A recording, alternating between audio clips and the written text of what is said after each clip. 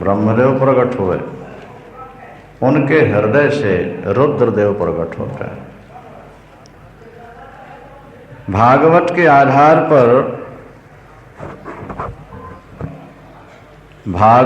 आधार पर ब्रह्मा जी की भ्रगुटी मध्य से रुद्र की उत्पत्ति है और शिव पुराण के आधार पर हृदय से उत्पत्ति है।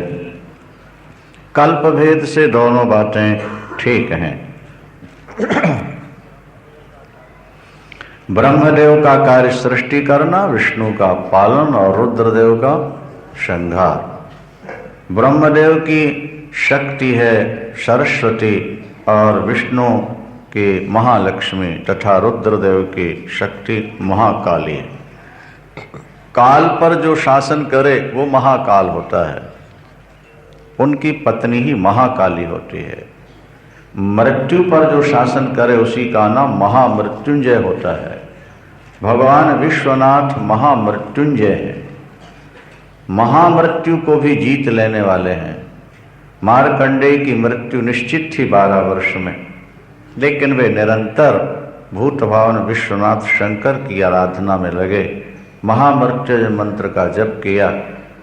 और जब यमराज उनको लेने आए तो भगवान शंकर पिंडी के अंदर से प्रकट हो गए, क्योंकि मार्कंडेय पिंडी में लिपट गए, रोने लगे कि भोले बाबा शरीर छोड़ने का दुख तो नहीं है, पर शरीर छोड़ने के बाद आपका दर्शन कैसे होगा, आपकी पूजा कैसे कर पाऊंगा। पूजा करते करते आपसे प्यार हो गया है भोलेनाथ। पिंडी के अंदर से ही भगवान शंकर प्रकट हो गए। देवता पुष्प वर्षाए, बाजे बजाए और देवता त्रिशूल हाथ में था, जाओ वापिस, यमराज जी से कहा। लेकिन इनका तो समय हो चुका है, काल आ चुका है इनका। भगवान ने कहा मैं महाकाल, इनकी मृत्यु आ गई है। बोले मां मैं महामृत्युंजय हूं। क्या वापिस लौट जाओ। फिर कब आएंगे इनको लेने के लिए प्रभु? बोले जब तक ये न चाहें तब तक नहीं आना, जब ये बुलाएं तब आ जाना। आज भी मार्कंडेय हैं, मार्कंडेय ऋषि आज भी हैं। अरबों वर्ष की अवस्था हो चुकी है, कितने कल्प तक जीवित रहने का वरदान भगवान शंकर ने इनको दिया है, इतने कल्प तक ये जीवित रहे। भगवान शंकर चाहें तो कुछ भी असंभव नहीं। ब्रह्मा जी ने सृष्टि प्रारंभ की, सबसे पहले उन्होंने संध्या का, मानसिक सृष्टि है, संध्या का निर्माण है। संध्या में बड़ी सुंदरता थी और संध्या ही फिर मेधा तिथि के यहाँ जाकर अपने शरीर की आहुति उनके यज्ञ में दे करके अरुंधति के रूप में प्रकट होती हैं और महर्षि वशिष्ठ की वे पत्नी बनती हैं, महान पतिव्रता अरुंधति। यहाँ लिखा है कि भगवती अरुंधति ने वर मांगा था कि जो पुरुष मुझको गलत दृष्टि से देखे वो उसी समय नपुंसक हो जाए, हिजड़ा हो। संसार में घोषणा है अरुंधति किसी को गलत नजर से नहीं देखेगी, लेकिन अरुंधति को जो गलत दृष्टि से देखेगा वो उसी समय नपुंसक हो जाए, हिजड़ा हो जाए।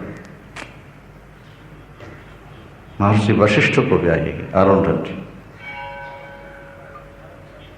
अरुंधति का स्मरण करने मात्र से अंतःकरण शुद्ध होता है। 7 तारे होते हैं उत्तर दिशा में, 7 तारे, 4 खाट के 4 पाए की तरह और 3 ऐसे। चौथे तारे के पास अरुंधति तारा होता है, चौथे तारे के 3 उस तरफ के 3 इस तरफ के, बीच में चौथा तारा। मृत्यु निकट आ जाए तो वो तारा दिखता नहीं। मृत्यु निकट आ जाए उसके कुछ लक्षण हैं। दीपक बुझाने के बाद उसकी गंध न मिले, क्या, और मित्र की सीधी बात भी उल्टी मालूम पड़े और अरुंधति तारा दिखाई न दे तो समझ लेना कि मृत्यु निकट आ गई। हर वस्तु 2 रूप में दिखाई देने लगे। उगते हुए सूरज में छिद्र दिखाई दें चंद्र में छिद्र दिखें, दर्पण में अपना सिर न दिखे, अपने शरीर की छाया स्वप्न में न दिखे, ये सब मृत्यु के लक्षण शिव पुराण में यहाँ लिखे हुए। तो अरुंधति महाभागा महर्षि वशिष्ठ की पत्नी है। मृत्यु आने से 6 महीना पूर्व से दिखना बंद हो जाता। मोमबत्ती जलाओ और जब उसको बुझाओगे ना, उसकी गंध आती है, अनुभव करना। आप जो आरती करते हो, आरती जब बुझती है तो गंध आती है। अंदर की ओर थोड़ा बत्ती मोड़ोगे तो प्राणों की एक आवाज आती है, साए साए करके प्राणों की आवाज। एकांत में बैठो, मन को पीछे मोड़ो तो अंदर की एक आवाज सुनाई पड़ा करती। मृत्यु निकट आ जाए तो वो सुनाई नहीं पड़ती। मृत्यु के लक्षण। अरुंधति महाभागा, रति दक्ष प्रजापति के पसीने से उत्पन्न हुए हैं और ब्रह्मा के मन से कामदेव उत्पन्न हुआ है। इसलिए कि अब सृष्टि करनी, सृष्टि का बीज है काम। सृष्टि का बीज काम, काम से सृष्टि हो, बस सृष्टि नहीं हो सकती। विवाह पद्धति में एक मंत्र आता है, कोदात कस्मादात, किसने दिया, किस हेतु से दिया और किसको दिया। उत्तर है वहां पर कामोदाता कामो गृहीता, काम ही देता है और काम ही लेता है। भाई बेटी दे रहे हैं अपन तो काम से तो बेटी पैदा हुई है, और जो ले रहा है वो भी काम को ही माध्यम बनाकर ले रहा है। काम से ही सृष्टि है। पहले मानसिक सृष्टि की ब्रह्मा जी, जिनको पैदा किया सृष्टि बढ़ाओ, उन्होंने कहा हम तो भजन करेंगे, हम इस कीचड़ में नहीं फंसते। बाल बच्चे पैदा करना और उन्हीं के पालन पोषण में जिंदगी खराब करके मर जाना हमारे बस का नहीं। तो भजन 1 2 4 महाराज जिनको पैदा किया, पहले उन्होंने 4 ऋषियों को पैदा किया है, सनक सनंदन सनातन सनत कुमार। उनने भी प्रवृत्ति मार्ग में आना स्वीकार, उन्होंने कहा हम निवृत्ति में जाएंगे। 10 ऋषियों को पैदा किया, उन्होंने कहा हम भी भजन बिना उसको। तब ब्रह्मा जी बड़े परेशान हुए कि मुझको सृष्टि का भार तो भगवान शंकर ने सौंप दिया, पर मैं जिनको बनाता हूं वो बोलो सब जंगल की ओर भाग रहे हैं, और जंगल चले गए तो सृष्टि कैसे चलेगी। इस सृष्टि को चलाने के लिए भी तो कोई होना चाहिए। फिर भगवान शंकर का ध्यान किया, स्तुति की। जब कोई समस्या का समाधान न निकले तो अपने इष्ट के प्रति एकदम समर्पित हो जाओ, कुछ ना कुछ संकेत मिल जाते हैं कभी कभी। जिनका हृदय निर्मल होता है वे अगर गहराई से इष्ट के चिंतन में डूब जाएं किसी प्रश्न को लेकर के, तो उत्तर अंदर से अपने आप निकल आता। जैसे कंप्यूटर नहीं, कंप्यूटर में प्रश्न करो तो वो उत्तर दे देगा। 2 और 2 कितने हुए, कैलकुलेटर में ठोक दो तो कितना बता देगा, उत्तर देगा। जैसे कैलकुलेटर कंप्यूटर, आप जो प्रश्न करोगे वो उसका उत्तर देता है। इसी तरह आप किसी भी संकल्प को लेकर अंदर प्रवेश कीजिए, आपके हृदय का कंप्यूटर उसका उत्तर आपको जरूर देगा। लेकिन गहराई से अंदर प्रवेश करना, गहराई से प्रवेश करना कम लोग जानते हैं। स्वयं को शून्य बना देना, जैसे पानी में ऊपर से डाई मारते हैं लोग और नीचे चलते जाते, इसी तरह अंदर जाना होता है। जो जो संकल्प आते जाएं ध्यान के बीच, उनको छोड़ते जाओ, छोड़ते जाओ, छोड़ते जाओ। जब संकल्प को छोड़ोगे तो और अंदर प्रवेश मिलेगा। कोई बात आई उसको छोड़ दो, नीचे जाओ। नहीं आ रही बात समझ में? अरे भाई, कोई व्यक्ति मान लो गिरता है कुएं में और किनारे कोई पत्थर हाथ लग गया और पकड़ लिया, तो वहीं रह जाएगा ना क्या? और पत्थर हाथ से छूट गया तो और नीचे जाएगा, नीचे फिर कोई चीज मिल गई तो फिर वहीं अटका रह जाएगा, वहां भी छूट जाए और नीचे जाएगा और नीचे जाएगा। इसी तरह जब हम ध्यान में जाते हैं तो मन में कोई संकल्प उठता, उसको पकड़ के हम बैठ जाते हैं, तो फिर नीचे नहीं जा पाते ना। इसलिए ध्यान के समय ये सावधानी की जरूरत है कि जो मन में फुरना फुर रहा हो, जो संकल्प उठ रहा हो, उस संकल्प का त्याग करो। त्याग करते करते गहराई की ओर तुम चलते जाओगे, और जहां जाकर कोई संकल्प ही न रह जाए, शून्यता आ जाए, वो केवल आपका वही संकल्प साथ हो जिसका उत्तर लेने आप अंदर गए हैं, तो कंप्यूटर की तरफ है उसका उत्तर आपको प्राप्त हो जाता है। जब ब्रह्मदेव ने भगवान शंकर का स्मरण किया कि अब सृष्टि कैसे बनाए, जिसको बनाते हैं वह चल पड़ता है, तब फिर भगवान शंकर उसी समय अर्धनारीश्वर के रूप में ब्रह्मदेव के सामने प्रकट हो गए। जय जयकार होने लगी भोलेनाथ की। अर्धनारीश्वर भगवान शंकर प्रकट हुए, अर्धनारीश्वर। चित्र देखा कहीं आपने? नहीं देखा। आधा शरीर पुरुष का और आधा इसी समय प्रकट। इसीलिए तो स्त्री को अर्धांगिनी कहा गया ना। अर्धांगिनी आधा अंग है पुरुष का, अर्धांगिनी। तो अर्धांगिनी अर्धनारीश्वर के रूप में ब्रह्मदेव ने देखा, एक और भगवान शंकर आधा अंग पुरुष का, आधा अंग स्त्री का। ब्रह्मदेव ने स्तुति की और कहा, प्रभु सृष्टि के लिए आपने आदेश दिया, लेकिन सृष्टि बढ़ नहीं पा रही थी, इसलिए आपसे निवेदन किया। तो भगवान ने कहा, उत्तर तो मेरे स्वरूप से ही आपको मिल रहा है। जब तक काम नहीं आएगा और जब तक नारी नहीं आएगी, तब तक सृष्टि में वृद्धि नहीं हो सकती है। तब फिर ब्रह्मा जी ने अपने शरीर के अंदर से काम को पैदा किया। इसका नाम है मनमथ। ये मन को मथता है। कौन? ये व्यक्तियों को मदोन्मत्त बनाता है, इसलिए इसका नाम मदन भी है। इसका धनुष और इसके बाण पुष्पों के, पुष्प धनवा कहलाता है। कौन? कामदेव पुष्प धनवा, पुष्पों का ही धनुष है, और केवल इसके पास 5 बाण हैं। किसके पास? कामदेव के पास केवल कौन कौन से? रूप, रस, गंध, शब्द और स्पर्श। इन्हीं के दूसरे नामों से उसको व्यवहारित कर दिया गया है शिव पुराण में, मादन मोहन इन नामों से। पर हैं ये 5 ही बाण।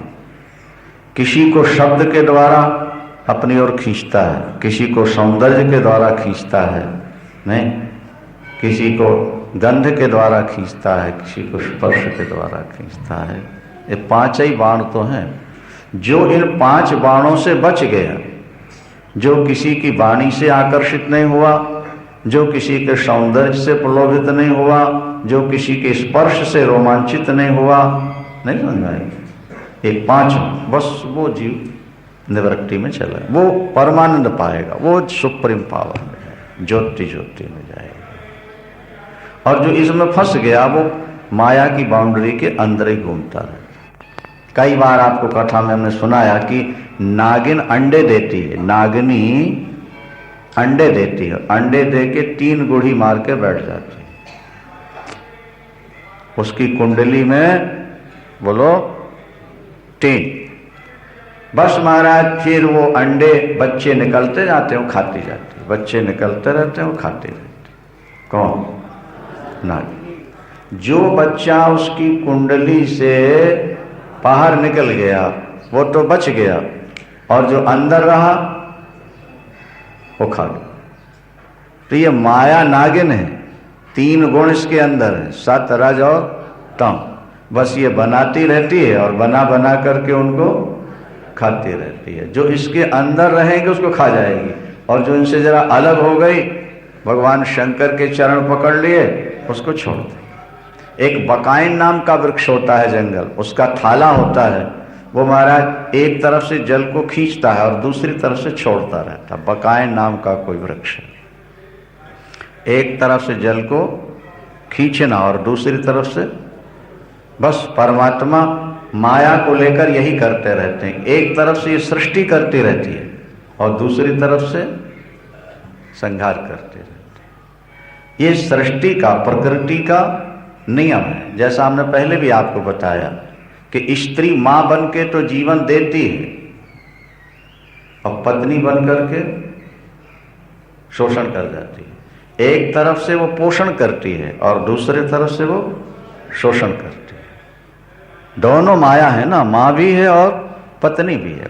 माया जब माँ बनी तो फिर गोद में लिटा के दूध पिलाती है, उसको जीवन देती है, और जब तुम उसके पति बन गए तो फिर वो तुम्हारा शोषण कर लेती है, तुम्हारे सत्व को, तुम्हारी शक्ति को खत्म कर दिया करती है, मौत के किनारे जल्दी पहुंचा दिया करती है। माया का यही काम है, एक ओर से जन्म देना और दूसरी ओर से खत्म। इसे नारी विष्णु माया प्रगट रामायण में शब्द आता है, नारी विष्णु माया प्रगट है, तो प्रत्यक्ष रूप में अस्तु।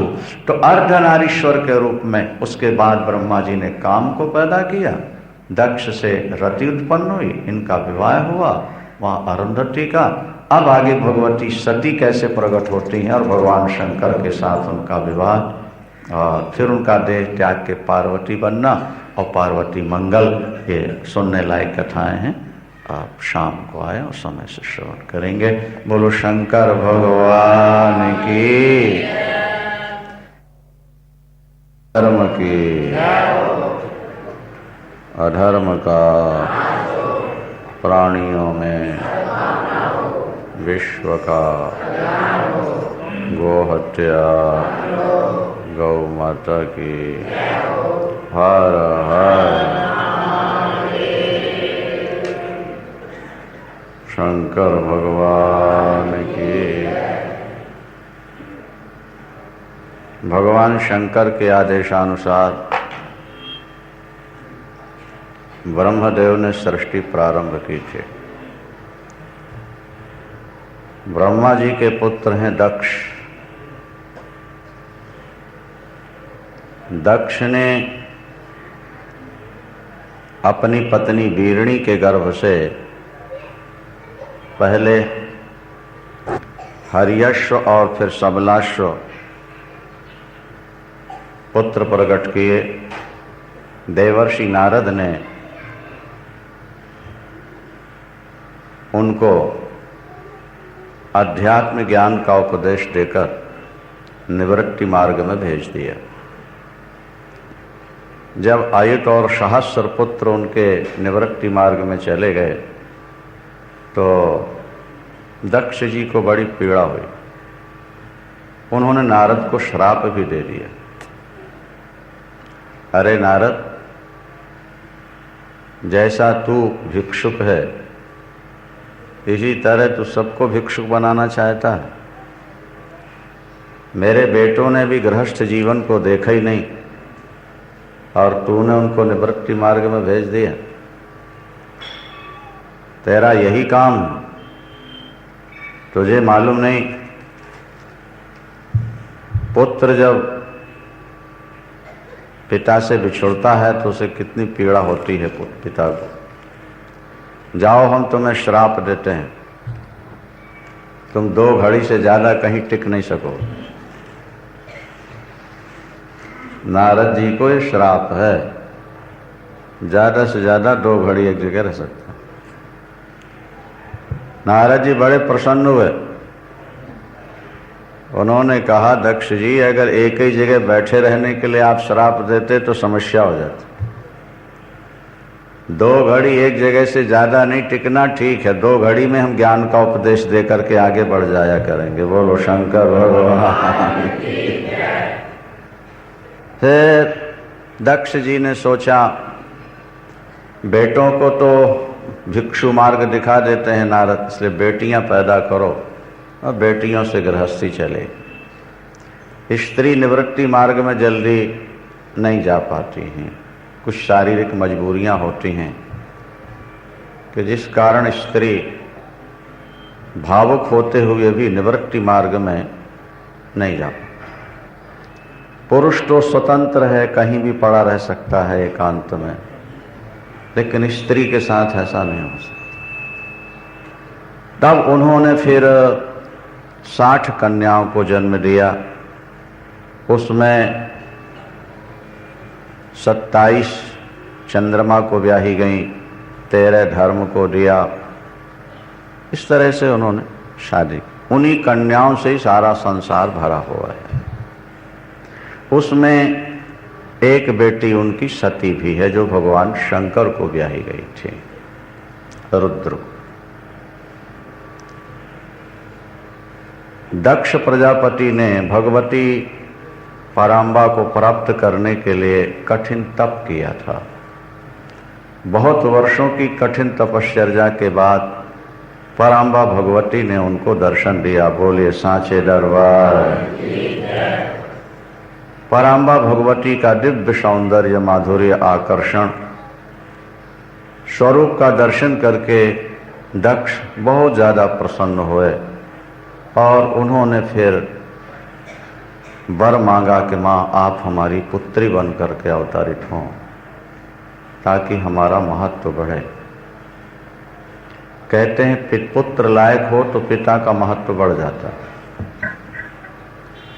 शिष्य लायक मिल जाए तो गुरु का महत्व बढ़ जाता है। ऋतंभरा के कारण उनके गुरु परमानंद जी का बड़ा नाम हो रहा, पहले इतना नहीं था, अब बढ़ गए।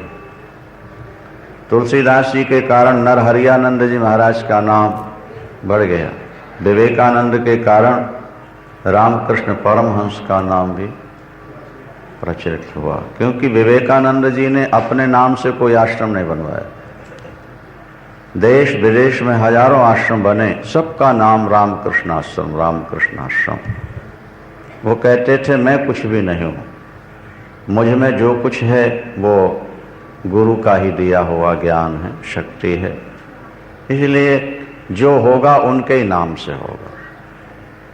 योग्य शिष्य गुरु के आधार पर चलता है, लायक पुत्र पिता के आधार पर चलता है। अस्तु, तो आप मेरी बेटी बने, मेरा महत्व बढ़ जाए। ठीक है, तुम्हारी तपस्या से मैं प्रसन्न हूं, तुम्हारी बेटी बन के मैं अवतरित होंगी। पराम्बा भगवती वीरणी के गर्भ में दिव्य तेजोमय प्रकाशमय रूप में अवतरित हुई और चैत्र 9 12 बजे समय पराम्बा भगवती सती दक्ष के यहाँ प्रकट हुई। देवताओं ने पुष्प बरसाए, बाजे बजाए, पाते बजाए। भगवती का नाम सती इसलिए है कि यह भगवान शंकर को छोड़कर और किसी की ओर देखती भी नहीं। जैसा कि पहले बताया जा चुका कि एक नारी 200 माला 400 माला जप रोज करती है पर चरित्रहीन, और दूसरी नारी अधिक जप नहीं कर पाती पर वो पतिव्रता है। तो परमात्मा के दरबार में जप करने वाली की अपेक्षा पातिव्रत का पालन करने वाली का ज़्यादा सम्मान है। ब्राह्मण पत्नी ने जो पार्वती अम्बा को नारी धर्म का उपदेश दिया वो सुनने लायक होगा, आगे प्रसंग मिलेगा। उसमें लिखा है कि जब कोई पतिव्रता नारी किसी तीर्थ में गोता लगाने जाती है तो पतिव्रता तो पवित्र है ही, तीर्थ अपने को धन्य धन्य मानता है कि आज मैं वास्तव में तीर्थ हुआ क्योंकि किसी सती ने मेरे अंदर स्नान कर लिया, किसी पतिव्रता नारी ने मुझ में स्नान किया, इसलिए मैं आज तीर्थ हुआ। तीर्थ माने पवित्र। तीर्थ शब्द का अर्थ है पवित्र। पतिव्रता नारी जहाँ चरण रखकर उठाती है, वहाँ की धूली उठाकर देवता अपने मस्तक पर रखा करते हैं। विशेष चर्चा उसी प्रसंग में करेंगे। कहने का अभिप्राय ये हुआ कि भगवती सती भगवान शंकर को छोड़कर और किसी का चिंतन नहीं करते। ये भगवान शंकर की अर्धांगिनी हैं। जब कुछ बड़ी हुई तो इनके मन में तप करने की इच्छा जागृत होती है। ब्रह्मा जी ने नामकरण किया और बताया कि ये तो भगवान शंकर की अनादिकाल से अर्धांगिनी ही हैं। शिव और शिवा, शिवा शक्ति का नाम, शिव शिवा।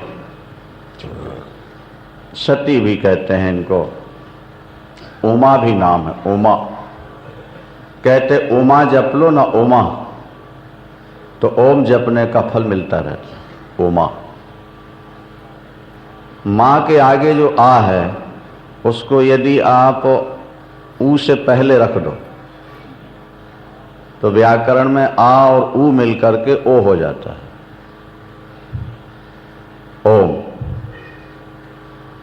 ओ माँ, माँ में जो आ है उसको आगे कर दो, ऊ से पहले। तो ग्रामर की दृष्टि से, व्याकरण की दृष्टि से आ और ऊ मिलकर के ओ हो जाता है। तो आ और ऊ मिलकर जब ओ हो जाएगा तो यहां मां रह गया ना, ओम हो गया।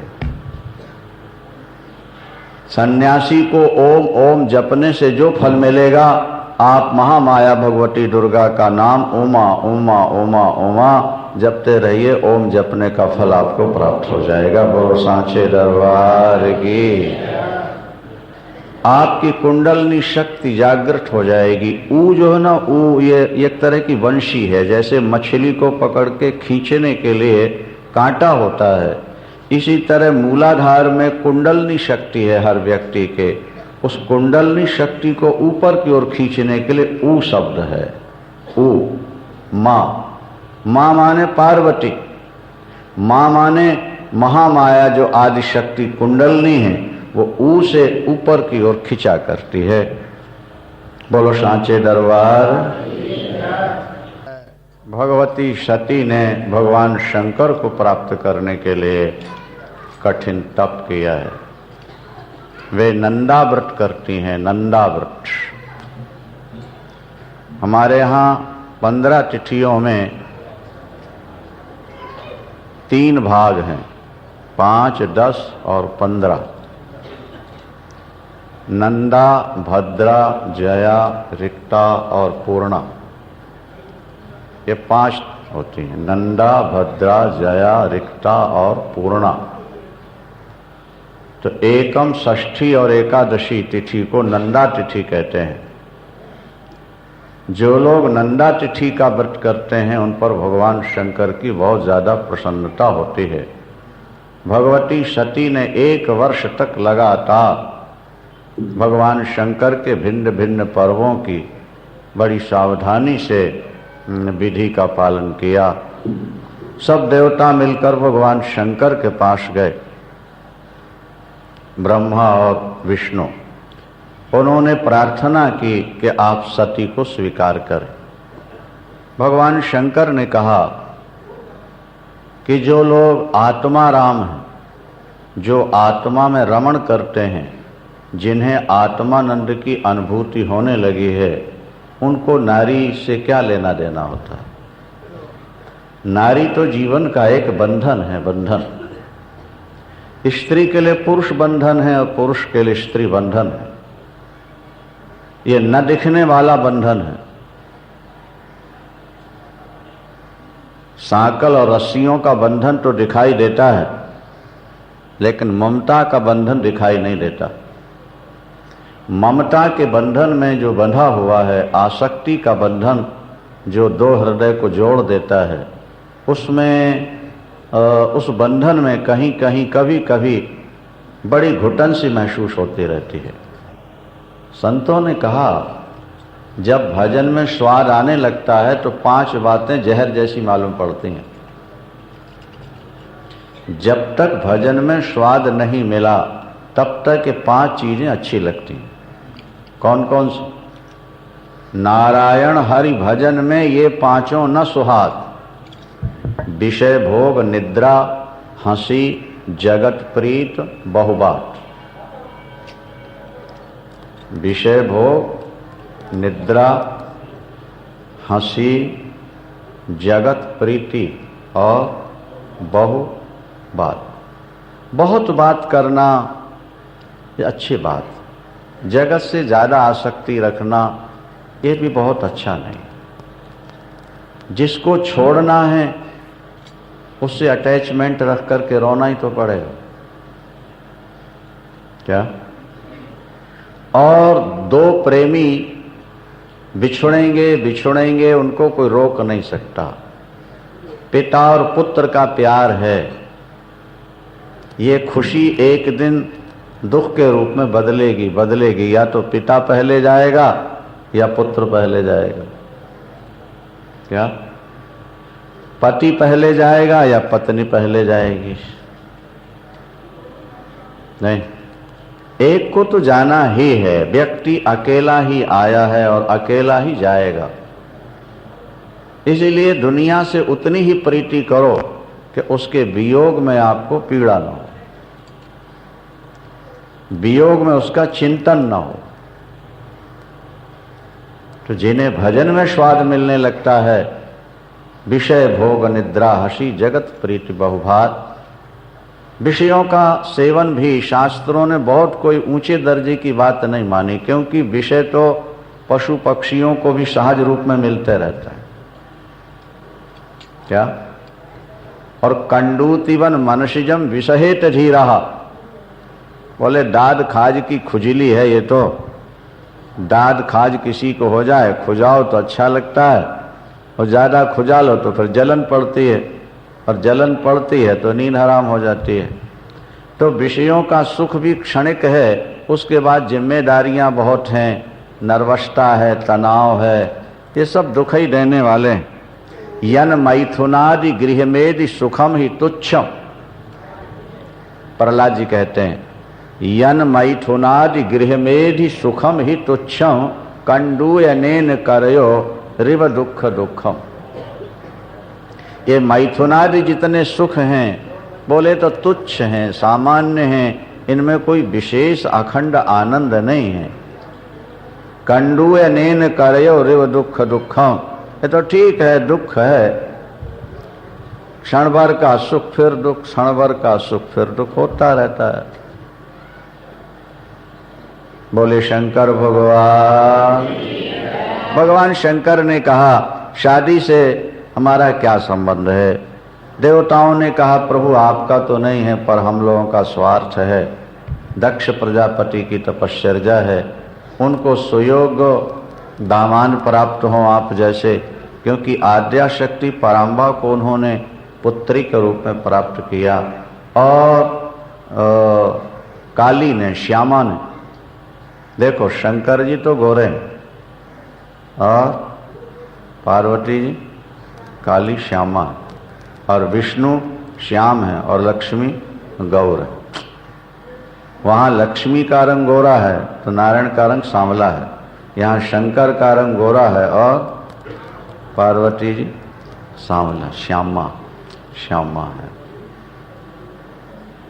अष्टो स्वीकृति दे दी, दक्ष प्रजापति प्रसन्न हुए, और उसके बाद देवताओं के द्वारा तैयारियां हुई और भगवान शंकर को लेकर के बारात के रूप में सब कनखल आए हैं, कनखल हरिद्वार।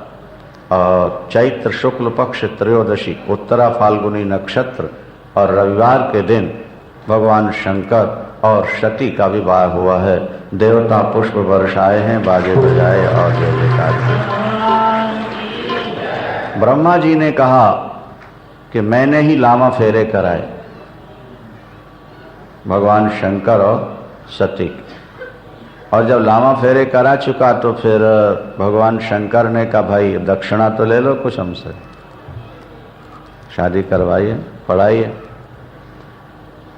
तो नारद जी को सुना रहे ब्रह्मा जी कि मैंने यही वरदान मांगा कि प्रभु इस वेदी पर आप निवास करो यहीं एक रूप से। जो लोग चैत्र शुक्ल पक्ष त्रयोदशी के दिन यहाँ आए दर्शन करें, उनकी कामना पूर्ण होते रहनी चाहिए। भगवान शंकर ने तथास्तु कह करके दक्षिणा चुका दी है। वहाँ से वापिस लौट करके जब कैलाश पर्वत पर आए भगवान शंकर, तो पार्वती सती ने, पार्वती तो बाद में है और पार्वती मंगल आगे आपको सुनने को मिलेगा, भगवती सती ने भगवान शंकर की बड़ी सेवा की। सती, मनुष्य की बुद्धि भी एक स्त्री है। स्त्री तो स्त्री है ही है, मनुष्य की बुद्धि भी स्त्री है।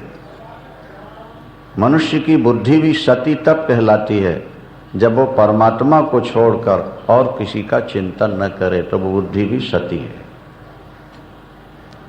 क्या? जैसे पत्नी अपने पति को छोड़कर किसी और का चिंतन न करे तो वो सती है, पतिव्रता है। इसी तरह मनुष्य की बुद्धि भी अगर अपने ध्येय गए परमात्मा को छोड़कर दूसरे का चिंतन न करे तो वो भी पतिव्रता सती कोटि में आ जाती है। बहुत दिनों तक सेवा की भगवती सती ने। एक दिन भगवती सती भगवान शंकर के पास बैठी हैं।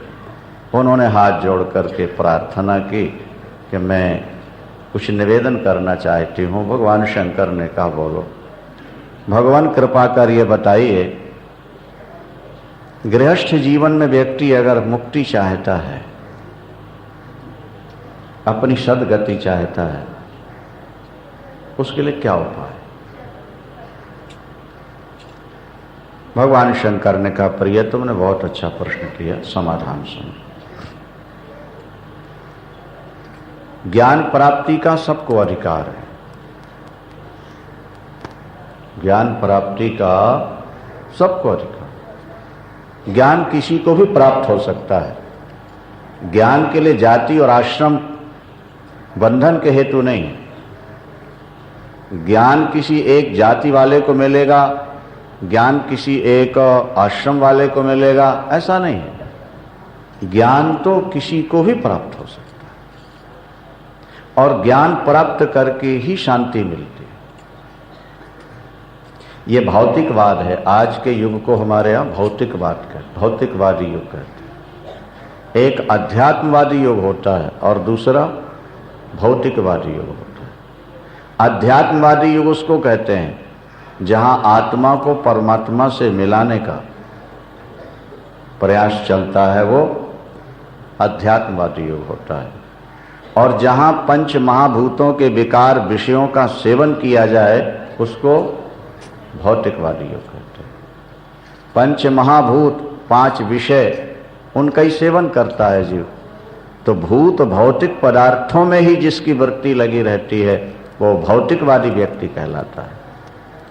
जो भौतिकवाद को प्रधानता देता है, वो अर्थ और काम के पीछे जिंदगी लगा देता है।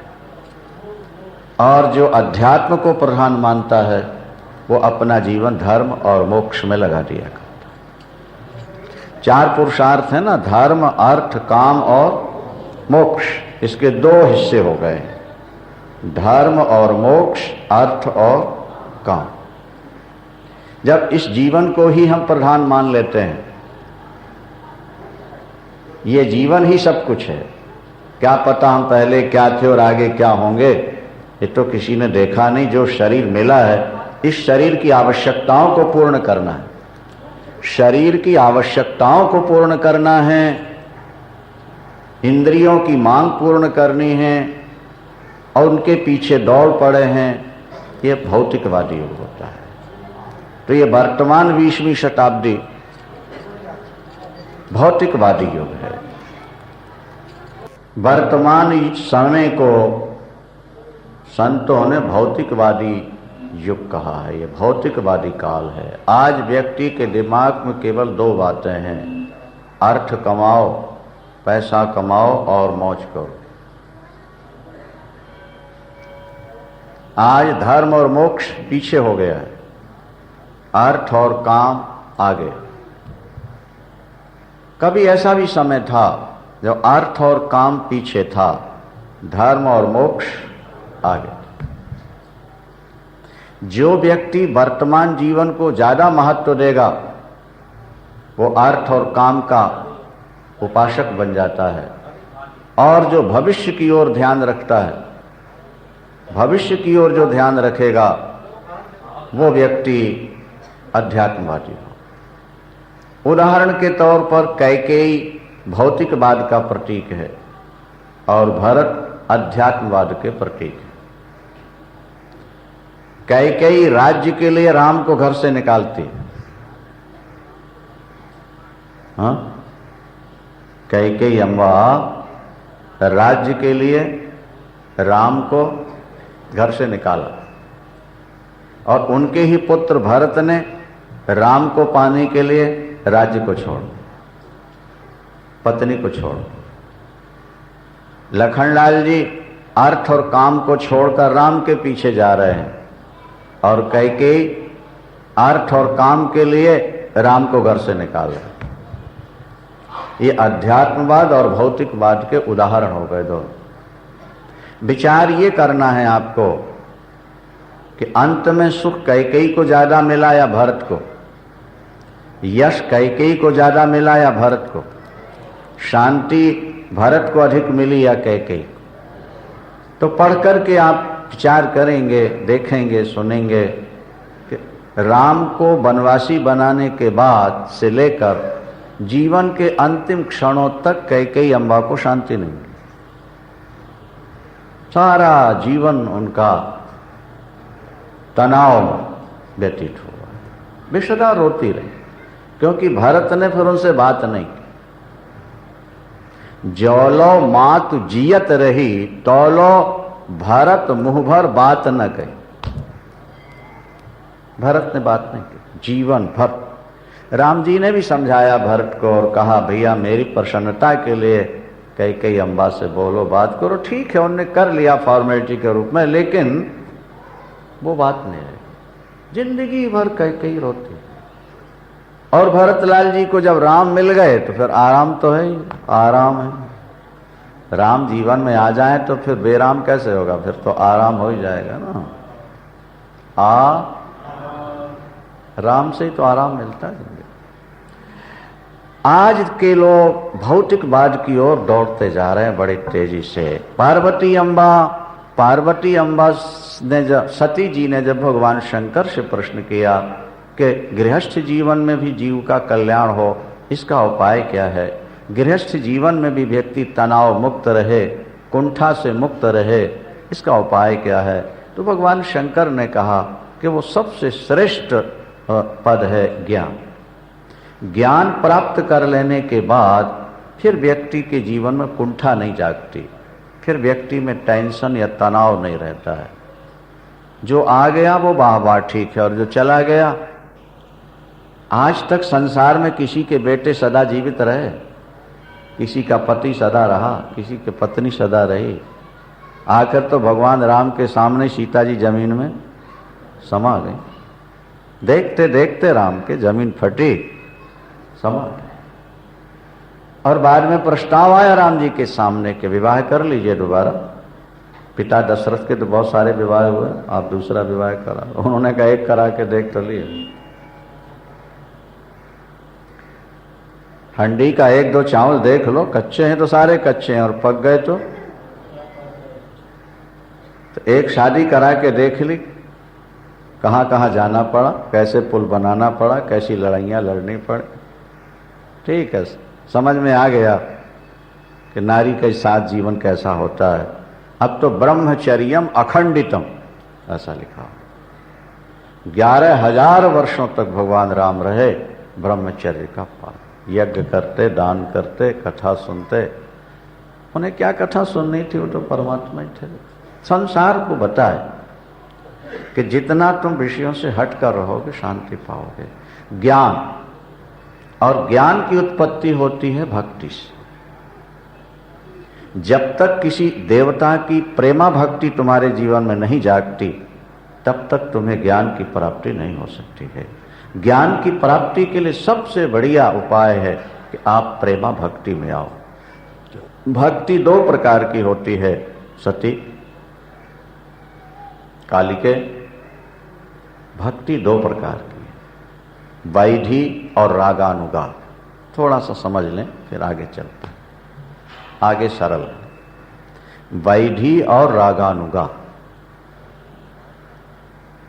गुरु से मंत्र ले लिया, गुरु जी ने विधि पूजा की बतला दी और अपने घर में अपन इष्ट देवता रख लिए। 10-5 दिन तो बड़ा उत्साह रहा, महीने 2 महीने पूजा पाठ में, पर अब पूजा में मन लगता नहीं। पर चूंकि मंत्र ले चुके हैं, विग्रह ला के रख लिया है, इसलिए उत्साह न होते हुए भी हम उनका पूजन करते हैं। उत्साह न होने पर भी हम पाठ करते हैं, उत्साह न होने पर भी हम जप करते हैं। इसका नाम होता है वैधि। शास्त्र की विधि के अनुसार हम पूजन कर रहे हैं, उसका नाम वैधि भक्ति कहलाता है। और दूसरी है रागानुगा, जो हृदय से उत्पन्न होती है।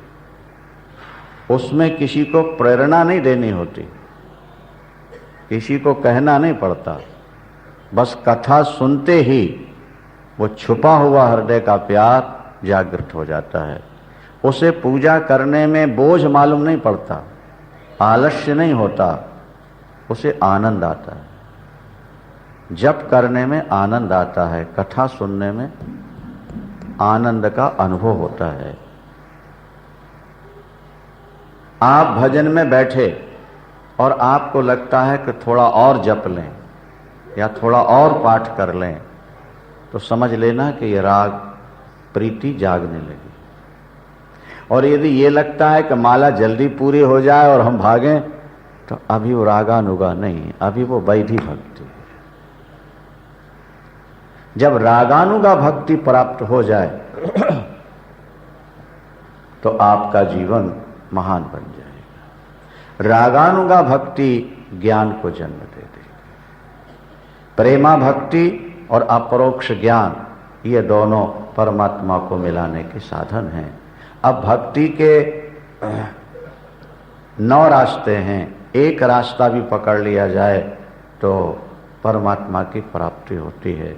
कुछ तंत्र ऐसे हैं, कुछ मंत्र ऐसे हैं, कुछ यंत्र ऐसे हैं कि जिनका पूजन या जप करने से मनुष्य के अंदर शीघ्र भक्ति का जागरण होता है। कुछ विशिष्ट मंत्र भी ऐसे हैं, श्री यंत्रादि ऐसे यंत्र भी हैं कि जिनका पूजन करने से स्वाभाविक रूप से अंदर भक्ति ज्ञान का उदय होता है। सबका वर्णन किया भगवान शंकर ने सती के सामने। फिर नवधा भक्ति भी सुनाई। नवधा भक्ति क्या है भगवान, तो वो आप लोग अनेक बार सुन चुके हैं, यहाँ भी सुन लीजिए। परमात्मा को प्राप्त करने के लिए 9 रास्ते हैं, उनको नवधा भक्ति कहते हैं। 9 प्रकार की भक्ति। श्रवणम, उसमें पहली भक्ति है श्रवणम। यदि आपको कथा सुनने का व्यसन हो जाए,